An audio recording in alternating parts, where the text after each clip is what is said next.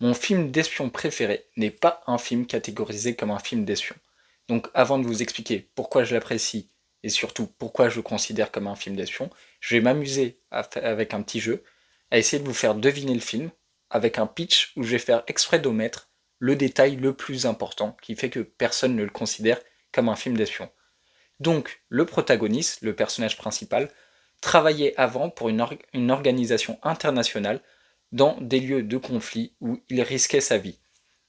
Maintenant, il a arrêté, il a une famille, une femme, deux petites filles, vit une vie tranquille, jusqu'au jour où il va être touché, comme de nombreuses personnes dans le monde, par des attaques qui vont faire des millions de morts, et ce, à travers tous les pays. Il va donc devoir trouver un moyen de protéger sa famille, et la seule qu'il va pouvoir trouver est de travailler pour le gouvernement américain en échange de la protection de ses enfants. Il va devoir partir à travers le monde afin de trouver une solution à ces attaques de plus en plus violentes. Donc voilà, j'ai fait exprès d'être assez vague. En plus, j'ai utilisé le mot attaque, qui n'est pas tout à fait juste, puisque ce film c'est World War Z, et en fait, ces attaques sont menées tout simplement par une invasion zombie. Donc, en quoi ce film catastrophe avec des vagues de zombies, hein, qui sont littéralement des vagues, hein. Les zombies sont tellement agglutinés, tellement rapides, qu'ils sont représentés dans les rues comme des vagues à certains moments. Eh bien, en quoi moi je peux le considérer comme un film de zombies? Eh bien, non, justement. Pourquoi je le considère plus comme un film d'action que de zombies? Eh bien, premièrement, c'est la façon dont est gérée la tension. La tension, elle est beaucoup plus axée comme un film d'espion que comme un film d'horreur. On ne se demande pas qui va mourir, puisque le personnage principal nous paraît plutôt invincible par rapport à d'autres films. On se demande comment il va s'en sortir. Pourquoi on se pose cette question? C'est parce que, comme un film d'espion, le personnage est extrêmement compétent. Ce qui est un peu l'inverse de tous les films d'horreur, où le but est de voir des gens mourir parce qu'ils n'avaient pas fait le bon choix. Ici, notre personnage va être ultra compétent, toujours trouver des solutions de plus en plus improbables. Et donc ça va nous amener à un second point qui fait très film d'espion, les gadgets. Alors évidemment, on ne va pas lui donner de gadgets, hein, on va juste lui donner un pistolet, etc.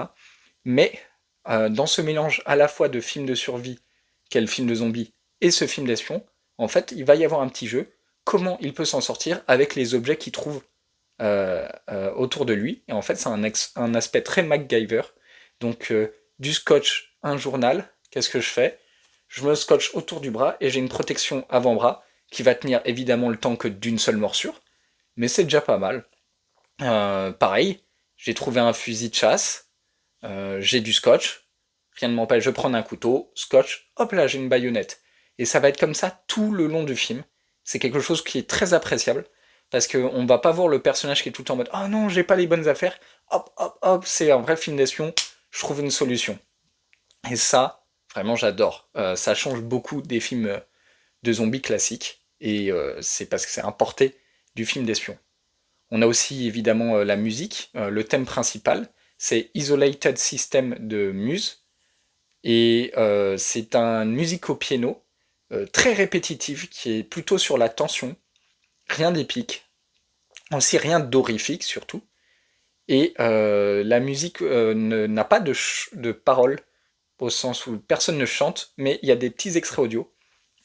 Et donc l'utilisation d'extraits audio qui sont clairement pas utilisés, qui n'étaient clairement pas à l'origine fait pour de la musique, mais qui viennent d'extraits de journaux, etc., fait vraiment un petit côté un peu enquête qui fonctionne très bien. Et ça, c'est un autre point qui est très important. Dans les films d'espion, il y a toujours une enquête. L'enquête, c'est qui est en train de déclencher toutes ces attaques, pourquoi il fait ça et comment l'arrêter.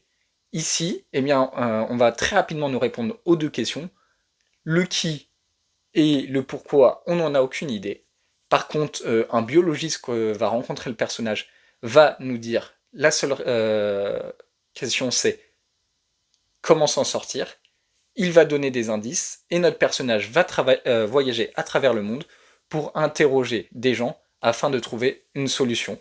Et évidemment, à la fin, plot twist, la solution était cachée dans le film à travers les paroles des gens et à travers des événements qu'il a vus de lui-même sans les comprendre.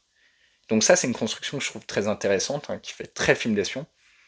Et, euh, et tout ce que je viens de décrire, en fait, il n'y a pas grand-chose qui fait film de zombies. Pourtant, il y a plein de personnages qui meurent, mais vu qu'ils voyagent, c'est pas très important, on va pas s'attarder sur chaque personnage. Et, et la sauce zombie, moi, c'est ce qui va me plaire. Et, mais sauf que ce n'est pas un film de zombies. On va pas suivre un groupe, il va voyager, les gens vont plus être les mêmes, etc. Ça, c'est un truc qui est très zombie à la base.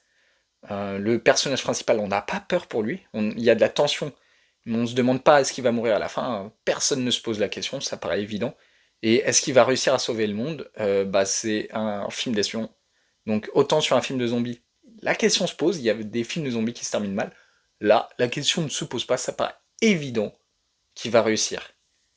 Et donc voilà, et oui, alors rapidement pourquoi j'aime ce film, c'est parce que quand je l'ai vu, j'étais un très très grand fan de films de zombies, et il était très différent des autres quand je l'ai vu, et pourtant ça m'allait. Il y a plein de choses qui, par exemple, les zombies, ils sont surexagérés, et du coup, normalement, un personnage de film de zombies ne pourrait pas survivre à autant de zombies autant de puissance, de rage, de vitesse, etc. Mais comment c'est justifié ça? C'est parce que la mise en scène et le personnage, c'est un film d'espion en fait. Et donc avec un personnage ultra compétent qui peut rivaliser avec de tels problèmes. Et donc tous les petits changements qui sont par rapport au film de zombies sont réglés parce que le film n'est pas traité comme un film de zombies, mais comme un film d'action. Et du coup, ça permet d'avoir quelque chose qui change énormément et qui, moi, vu que j'aimais les zombies, fait que parmi les films d'espion, c'est mon film de zombies d'espion préféré. Voilà, donc j'espère que je vous ai donné envie de voir ce film. Évidemment, il n'est pas sans défaut, notamment la maîtrise du son. Euh, Est-ce que les personnages peuvent entendre un son ou pas, etc. Elle est un peu aux fraises. Mais par contre, sur tout ce qui est compétences, personnage qui résout des problèmes, etc., c'est-à-dire l'essence d'un film d'action, ça, je l'adore. Voilà.